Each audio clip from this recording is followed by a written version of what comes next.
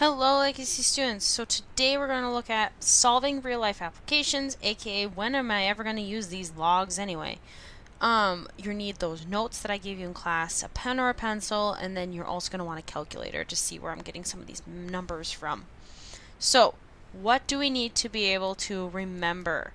Well, we need to be able to set up an exponential equation. Ultimately, that's what the focus of today is. So f of x equals a times b to the x, with the ones you've been writing. A is your initial amount, and b is a factor of what we're multiplying by each time. Well, ultimately, these equations look something like growth or decay. So we're going to apply more specific meaning to these formulas. Well, there's two kinds.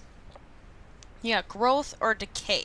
Well, A is always the original amount. What is going on at time 0, if you want to consider it that? So this is my A.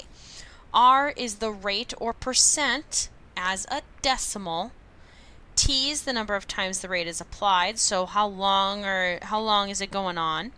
And then Y is the final value. So you want to keep in mind when you're writing these that you're always going to want to go 1 plus or 1 minus. It all depends on, is it growth or is it decay? Definitely you're going to want to have this formula memorized. So there's, like I said, there is two of them technically in here. You got y equals a 1 plus r to the t. That is if you have a growth formula. And then you got y equals a 1 minus r to the t. That's decay. So you got two different problems that you can technically pull out from this particular equation. So let's take a look at an example of growth or decay. So I got a new boat. I purchased it in July of 2011 for $50,000. If this boat is going to depreciate by 12% of its value each year, I want to first find the value of the boat to the nearest $100 in July of 2020. Well, I got to write the equation for that, right? So I know it's going to be y equals, well, a is times 0, aka what did we buy it for? Well, we bought it for $50,000, right? And it's depreciating by 12% each year. Well, that's not what I'm multiplying by, right? Because if it's, technically if I'd be multiplying by it, I'd be multiplying by 88%, 0.88, because if I go 1 minus the 12%, right, to the t value. So the formula technically that I'm using is $50,000, 0.88 to the t. So basically what I'm saying is I'm every year going to keep 88% of that value. So now if they want to know about July 2020, I need to think how many years are between 2011 and 2020. Well, that would be 9 years, right? So I'd want to take 9 and plug it in for t. So my y value will be $50,000, 0.88 to the 9th power. So my boat, after I grab my calculator out here, will be worth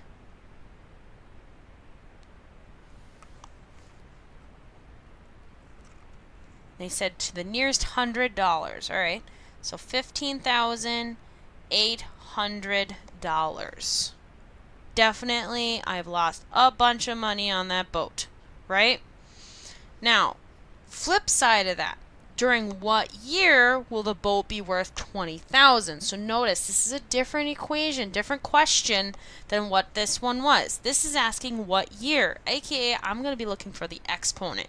But the same formula is going to hold, except I know what the y value is. I know the y value is 20,000. Okay, 0.88 to the t value. I need to solve for t. So very first thing I'm going to do is I'm going to go back to my knowledge of solving exponential equations, right? That's all this is. So I'm going to divide by 50,000 on both sides. So this would be 2/5, and that's equal to 0.88 to the t value. Now I'm stuck in exponential form, so let's go to log. So I got log of 0.88 base to the 2/5 power is equal to t. So on my calculator, I'm going to find out what that value is. So log. So on the left there, that is a value of 7.17 roughly t. So 7.17 years. So I got 7 years, 0.17. 0.17 is about 2 months of a year. So that means since I'm starting on July 2011, my answer would be that in 2018, February, nope, not February. So I got 2 months away from July, right? So that would be August. So in September 2018, my boat would be worth $20,000 roughly. Now, would I expect you to get the September part? No, but I would expect you to get the 2018 value for me. Now, investments. One day you're going to have compound interest. You're going to have a savings account or something. You're going to have a credit card. So investments, compound interest is very, very, very applicable, and it is exponential growth. So in this case, it's compounded more than once a year. My P value right here, it's your principal amount. That's how much you're starting with. That's your start value, just like your equations when you're writing them. R is your interest rate. You're going to need this to be a decimal, okay?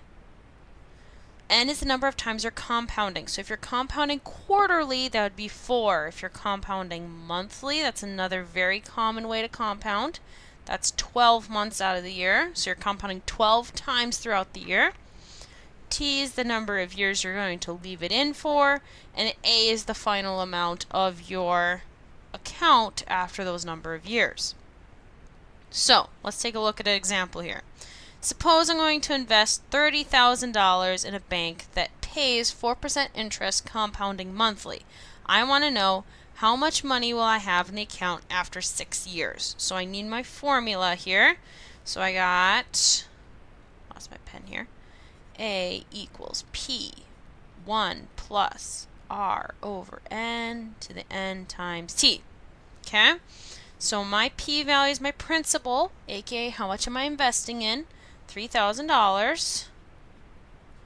I got 1 plus my rate, which is 4%. 4% as a decimal is 0.04. Be careful with that. If you need to know how to do that, you take the 4 and you divide by 100. That gets you the decimal, just in case you're struggling that. Now, N is the number of times I'm compounding. And if I'm compounding monthly, that actually means I'm going to compound 12 times a year. So that means my N value is going to be 12. And then they want 12 times T, which is 6 years, right? So now, I'm going to get this into my calculator. So 3,000 1 plus 0.04 divided by 12, all to the power of 12 times 6, 72. So my value after 6 years, I get $3,812.23 roughly after those 6 years. Now, they also want us to know, to the nearest tenth of a year, how long must you leave the money in to the bank to reach $5,000? So, same formula, but I get to know what my A value is to start with, right? It's 5,000. So I'm going to plug in, use my same formula, 0.04. I'm still at 12 compounds, right? But my exponent will be 12t. Well, I'm going to divide by, actually, you know what? I'm going to figure out what the inside is here. So 1 plus 0.04 divided by 12. This right here,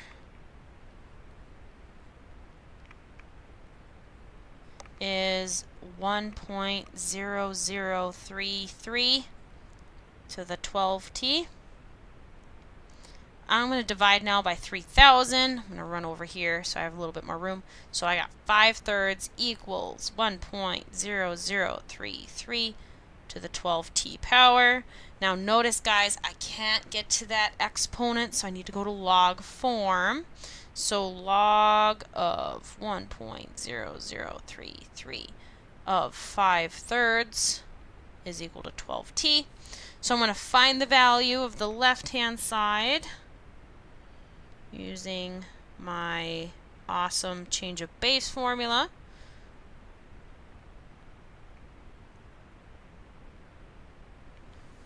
Okay, I get a value of 155.0509 equals 12t. Divide that then by 12. We're going to get a value of time is 12.9 years. So on 12.9 years, almost 13 years, I will reach $5,000 in my bank account. That's if I just don't even touch the money. I just leave it in there, don't withdraw. I don't add any more either. I'm just kind of letting it sit there and compound my interest. And with that, that's the end of this video. I will see you later, Sabers.